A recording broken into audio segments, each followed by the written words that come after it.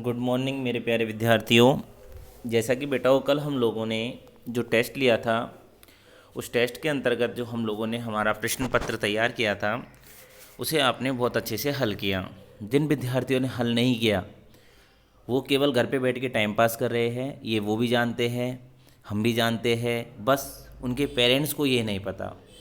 जब उनको पता चलेगा तब 101% उन विद्यार्थियों को भी लगेगा कि हम कितने पीछे हैं। प्रतिभाशाली विद्यार्थियों ने जो टेस्ट दिया था, उन विद्यार्थियों का परिणाम भी मैं सेंड कर रहा हूँ।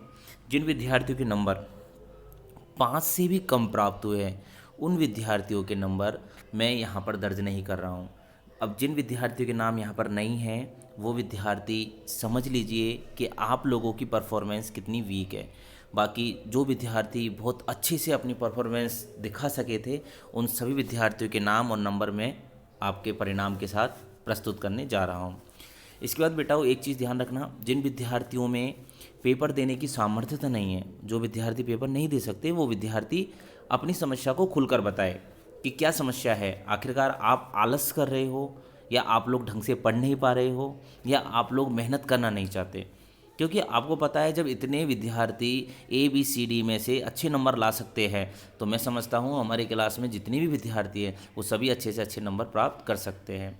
तो मेरा आपसे नम्र निवेदन है कि आप सभी विद्यार्थी ध्यान से पढ़ें, अपने टेस्टों को देते रहे, जिससे कि आप लोगों को पता चले कि हम लोगों को कितना पढ़ाया गया है, कितना हमें याद है और कितना हम पीछे हैं।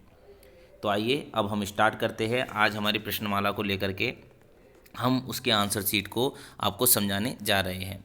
तो देखो बेटाओ, सबसे पहले आप लोग देखोगे, पहला प्रश्न आपको दिया था मैंने कि कौन विकल और उन्मन थे और क्यों। पहला प्रश्न था कौन विकल अर्थात व्याकुल और उन्मन अर्थात अनमने से थे और क्यों। इसमें बेटाओ बहुत से विद्यार्थियों ने इस प्रश्न का उत्तर बिल्कुल गलत लिखा है। बाकी आप लोगों में से कई विद्यार्थियों ने बड़े ही सुंदर तरीके से इसका उत्तर लिखा है। तो जिन विद्यार्थियों ने इसका उत्तर गलत लिखा है, वो विद्यार्थी आगे से ध्यान रखे बेटाओ कि इसमें बादल उत्तर न आकर के उन पीड़ित जनों के विषय में बताया है जो पीड़ित लोग प्यासे और तप्त धरा से परेशान होकर के पृथ्वी पर बैठे हैं। अर्थात विश्व के जो पीड़ित लोग हैं, उन लोगों के लिए यहाँ पर विकल और उन्मन शब्दों का प्रयोग किया गया है।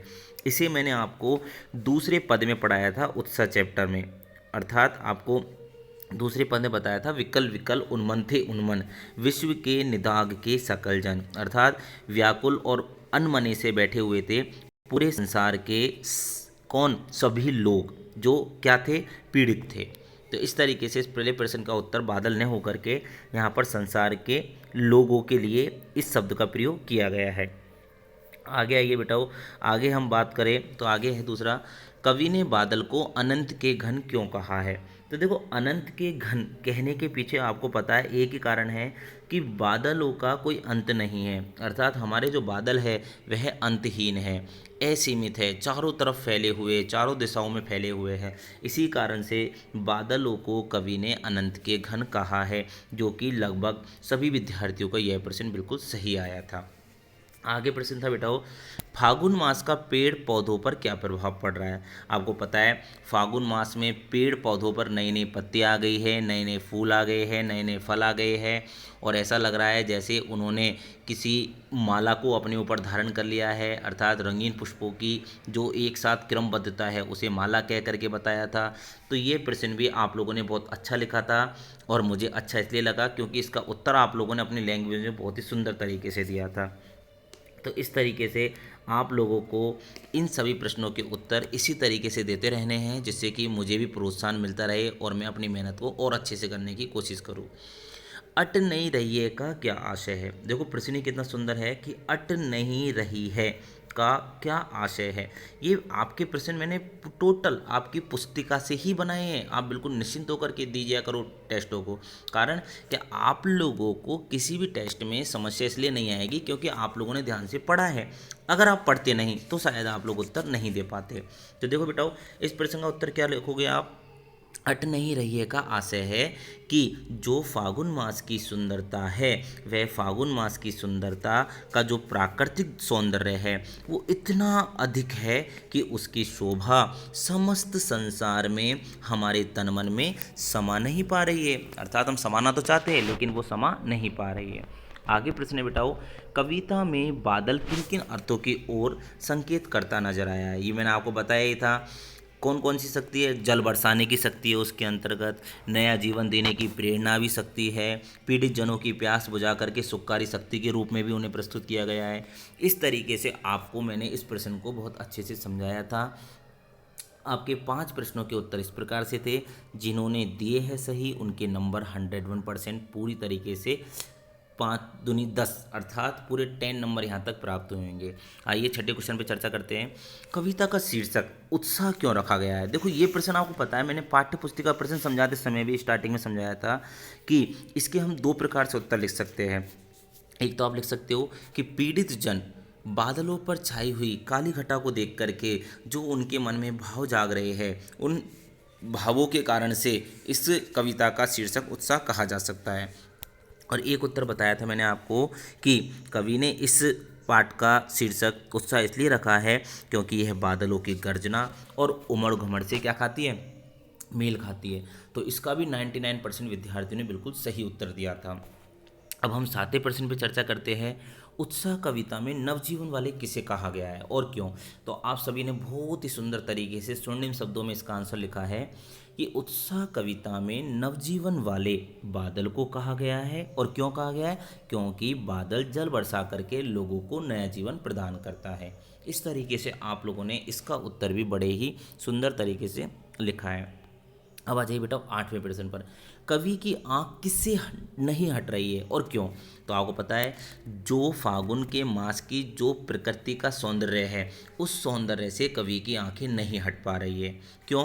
क्योंकि वह सौंदर्य अत्यधिक सुंदर है और उस सौंदर्य से आंख हटाने पर भी कवि नहीं हटा पा रहा है। अर्थात प्रकृति की जो सुंदरता है वह चारों ओर इस कदर बिखरी हुई है कि वह कवि की आंखों को अपने से जोड़े रहती है।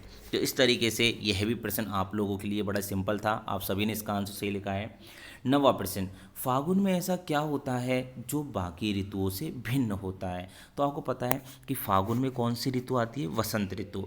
अब वसंत ऋतु में क्या होता है कि नए नए पेड़ पौधों पे नई नई पत्तियाँ, नए नए फूल खिलते हैं, नए नए फूल फल के साथ साथ नए नए वृक्षों में हरियाली छाती है, सौंदर्यता चारों ओर बिखर जाती है। तो इस तरीके से हम कह सकते हैं कि फागुन में ऐसा कुछ होता है जो बाकी ऋतुओं से क्या है बेटा? भिन्न है। तो इसीलिए हम लोगों ने इसका आंसर इसी प्रकार से लिखा कि फागुन में रंग बिरंगी प्राकृतिक शोभा से क्या छा जाती है? मादकता छा जाती है और पत्तों से हर पेड़ सुशोभित हो जाते हैं। मनोहारी फूलों से चारों ओर पवन के झोंकों के साथ अपनी सुगंध बिखेरते हुए नजर आते हैं। तो इस प्रकार की बातें हम लोगों ने इसके अंतर्गत लिखी थी।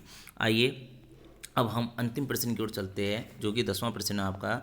बादलों की गर्जना का आह्वान कवि क्यों करना चाहता है?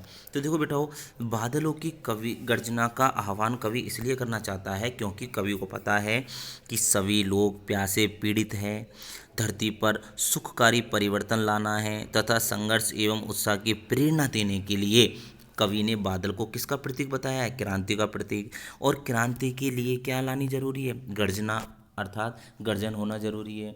छिटपिट अर्थात सामान्य वर्षा से कोई प्रभाव नहीं पड़ सकता। इसीलिए कवि ने इन बादलों से गरजने के लिए कहा है, न कि बरसने के लिए। आप समझ चुके होंगे। आपको दोबारा बोलता हूँ क्या कहा है यहाँ पर कि कवि ने गर्मी से प्यासे पीड़ित लोगों की प्यास बुझाने के लिए एक परिवर्तन की आवश्यकता महसूस की है और उस परिवर्तन को लाने के लिए बादलों से बरसने के बजाय गरजने का आह्वान किया है। अर्थात गरजने के लिए कहा है कि आप गरजोगे तभी क्रांति आएगी और क्रांति से ही परिवर्तन आ सकता है। इस तरीके से बेटा आज हमने पहले, दूसरे, तीसरे, चौथे, 5वें, 6वें, 7वें, 8वें, 9वें, 10वें प्रश्नों को ध्यान से समझ लिया है। कम्प्लीटली कर लिया है। अब हम इन प्रश्नों के उत्तर अपनी कॉपी में नोट डाउन करेंगे हमारा टेस्ट सेकंड डाल करके। इसके बाद आप लोगों को कल कोई नया प्रकरण पढ़ाया जाएगा। आप लोग बिल्कुल इसी तरीके से मेहनत करते रहिए और धन्यवाद आप लोगों को कि आप लोगों ने इतना समय दिया, इतने अच्छे से इस टेस्ट को किया और आप अप्रत्यक्ष रूप से भी इतना अच्छा प्रदर्शन करने में सफल हो पा रहे हो।